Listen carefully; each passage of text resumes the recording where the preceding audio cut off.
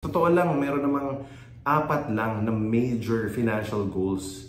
No, when you talk about financial planning, we even call this the 4 pillars of financial planning. No, so kung makita nyo na mayroon tayong konting illustration dito, meron lang tayong apat na major goals in financial planning. That is life insurance. Kung breadwinner ka, kailangan mo ng life insurance para protected yung family mo, may replacement income in case of death of the breadwinner.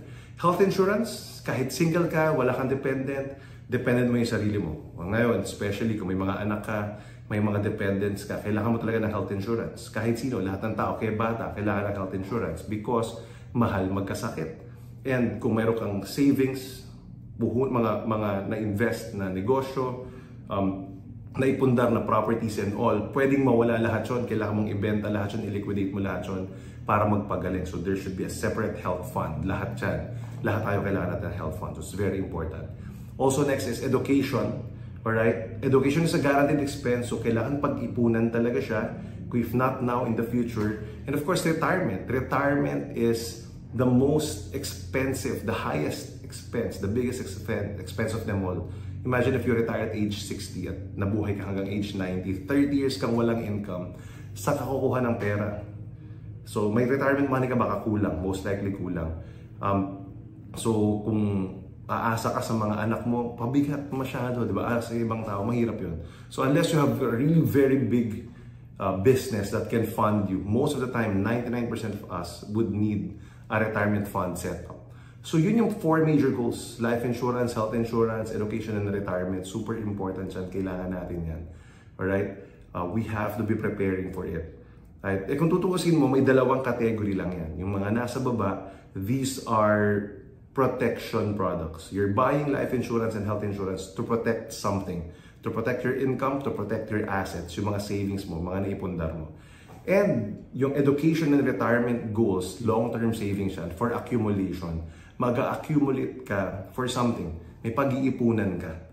Alright? And the reason why I can say that this is really the start of the end, paparating na siya talaga, the end of VUL, is because of these products. You know, AIA Philippines, our top 2 best-selling products are traditional plans. They are not term insurance and they are not VUL.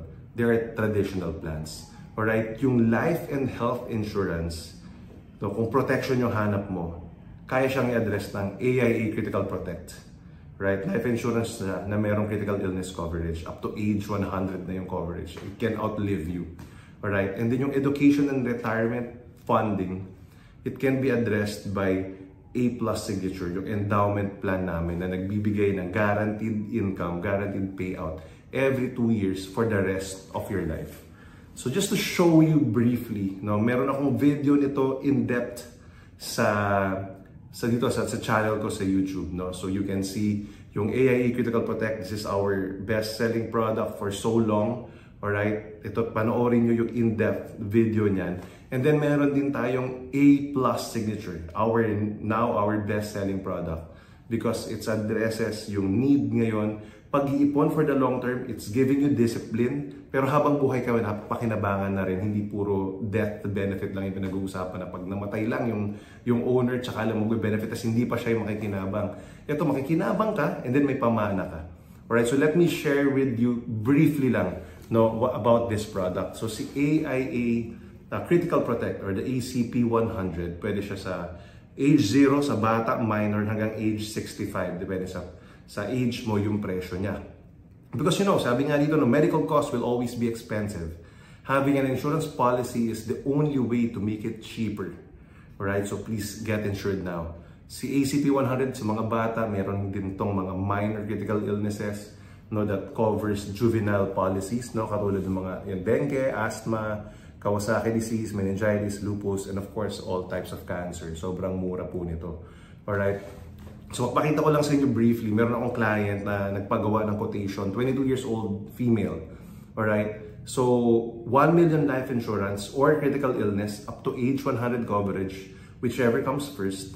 Alright? May 1 million siya. And then may minor critical illness benefit na 250,000. Itong rider na to, it advances 25% of the face amount kung 1 million yan or higher kasi pwedeng higher. Alright? Mag-a-advance siya ng 25%, ibabawa siya dun sa 1 million. So 250K.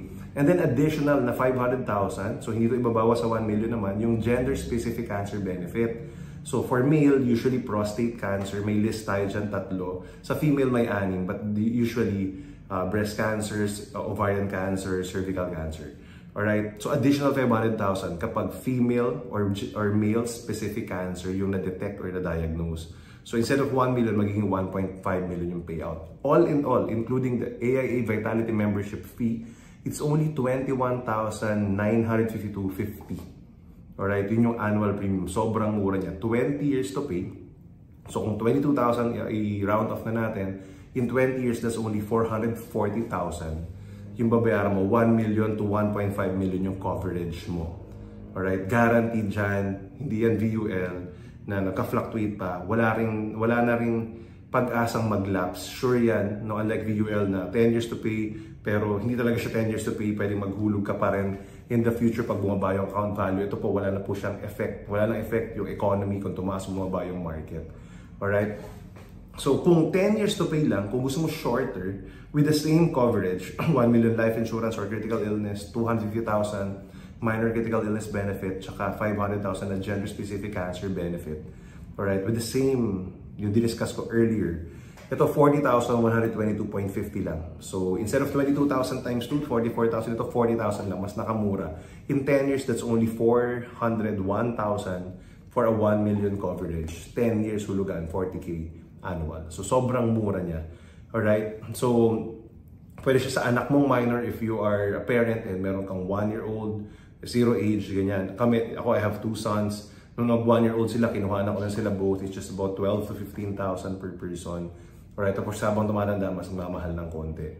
Alright, so of course, ideally healthy kapag kumuha ka nito. Right?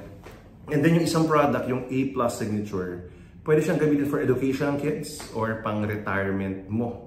Alright? So kung yung kids mo yung kukuhanan mo, example dito, pakita ko itong poster na to, for age 0, kung age 0 yung anak, 6 years after, at the end of year 6, mag-start yung unang payout. So grade 1 na yun, grade 1 na yung magiging anak mo nun. No, kung age 0, magiging age 6 siya makakakuha. Kung 3 years old yung anak mo, 9 years old. No, so after 6 years, makukuha yung unang payout. And then every 2 years, for the rest of the life ng bata. So every 2 years makakatanggap siya. In this example, let's say 25,000 every 2 years. Ito yung pinakamura. No, for this price na 25,000 payout every 2 years, ang premium niyan mga around 33,000 annually for 20 years to pay. Meron din yan 10 years or 5 years option, syempre mas mahal lang. Alright, pwede rin itong retirement. Kunyari 45 years old ka, gusto mo may early retirement money ka, no? 45 years old ka, after 6 years, age 51, may makukuha ka ng pera, let's say 100,000.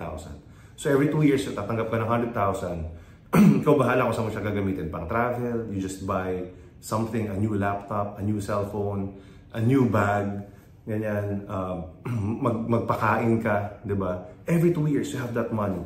Alright? So nagsisave ka, pero gumagastos ka rin. And that's what we want. We save to really spend. Normal lang yun. Alright? Pero hindi mo lahat nauubos. So may natitira in the future. Magbabayad ka lang 10 years or 20 years, forever ka na may payout hanggang buhay ka. Alright? And then upon death, meron kang life insurance that pays and that you get, no, you give to your heirs. So magkano to? Meron akong client, ito si Andre, just to show you a sample, 24 years old. So sa 24 years old, meron siyang 500,000 na life insurance kasi times 2 ng face amount. The face amount is 25 o 250,000. Diyan tayo nagbe-base ng payout. 10% ng face amount yung payout. So kung 250,000 yung face amount times 10%, 25,000 yung payout every 2 years. So yun doon nakuha yung 25K. May dinagdag ko na another benefit, total and permanent disability, 250K din, and personal accident in case of accidental death, additional 250K. So 500 plus 250K, 750K yung makukuha ng beneficiaries mo. All in all, it's only 32,810 per year for 20 years. Right? After paying, tuloy-tuloy pa rin yung payout hanggang buhay yung insured. Right? Pwedeng ikaw yung insured, pwedeng anak mo yung insured, pwedeng apo mo yung insured if you have an apo already. Na para napakahaba ng pamano mo. Habang buhay, kunyari ikaw yung owner, iba yung insured. Habang buhay ka, ikaw yung kumutanggap ng pera. And then upon death of the owner, matatransfer siya doon sa kung sino man yung in-insure. So kung anak mo yun or apo mo yun, matatransfer sa kanya. Tuloy pa rin yung payout. Yun yung maganda. Alright? Si Nestor naman, example, si Nestor with the same payout, 25,000 every 2 years. I think ito age almost 50 na siya. Alright? So 10 years to pay na lang yung available. So 10 years to pay, for a 25,000 payout, may 500,000 din siya na life insurance, 250k na total and permanent disability, and 250k na personal accident insurance. All in all, for 10 years to pay, is only 63,940.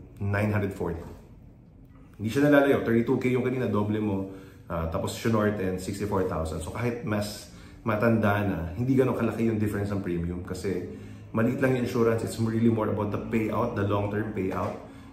Ako, I would rather get it para sa mas bata, para mas mahaba yung payout. Pero kanya-kanya yan, depende.